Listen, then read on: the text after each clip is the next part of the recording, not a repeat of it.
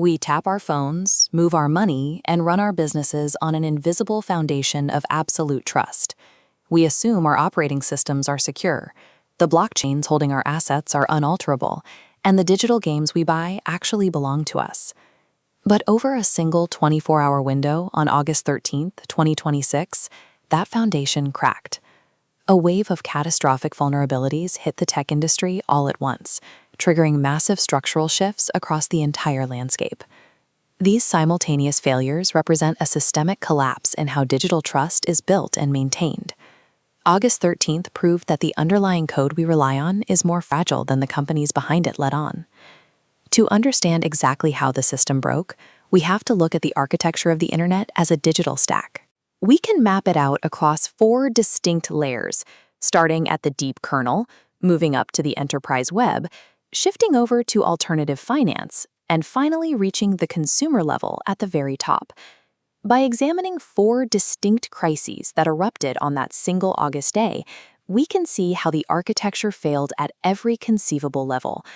But before we look at the surface-level consumer impact, we have to start at the bottom. We need to see how the deepest, most invisible code was compromised. This is a security bulletin from August 13th regarding a critical Microsoft Zero Day, tracked as CVE 2026-68820.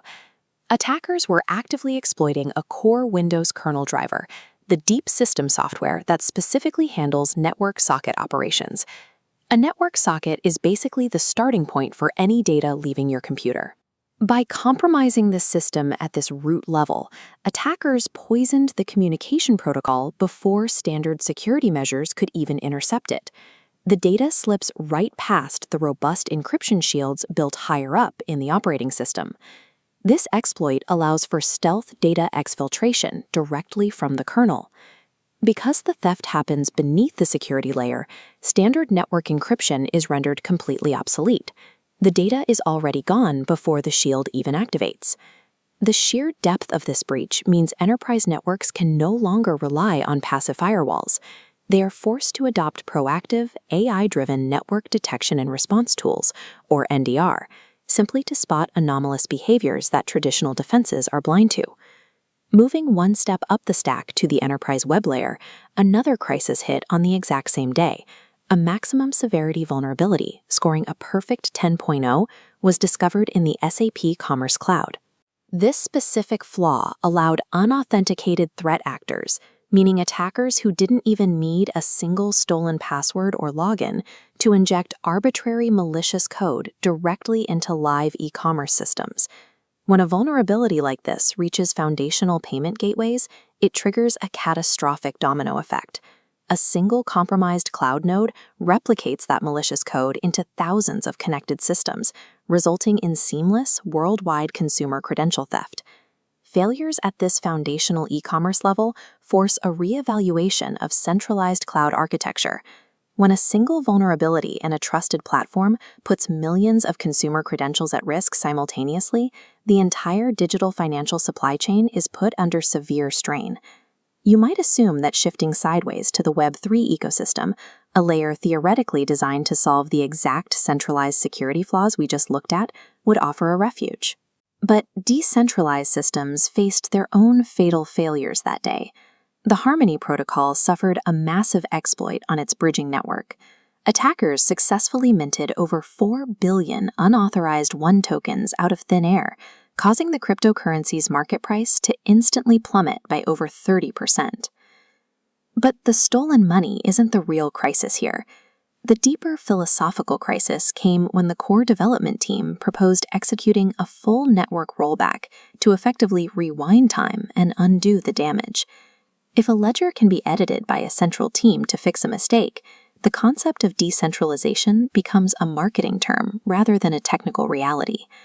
This proposal damages the credibility of the protocol, proving that even immutable networks can be subject to human intervention. Finally, we arrive at the very surface layer of the stack, consumer digital storefronts.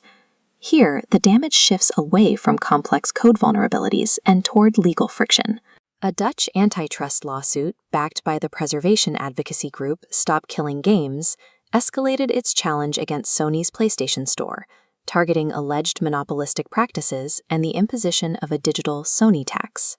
As physical media rapidly dies off, console titans enforce strictly closed ecosystems.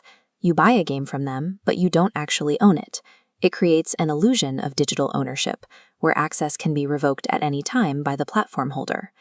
This legal friction creates a blueprint for EU legislation that could force these closed ecosystems to integrate third-party storefronts. If successful, this case would challenge the high-margin, closed-loop profit models that console makers have defended for decades. From root access in the Windows kernel to enterprise cloud infrastructure, and from the supposed unchangeable ledgers of Web3 down to the games sitting in your digital library, all 4 layers demonstrated critical architectural or philosophical failures on the exact same day. The simultaneous failure of these distinct systems demonstrates that relying on corporate promises or the assumed permanence of code is no longer a viable strategy. Blind trust in digital infrastructure has become a liability. This forces a mandatory evolution in the market.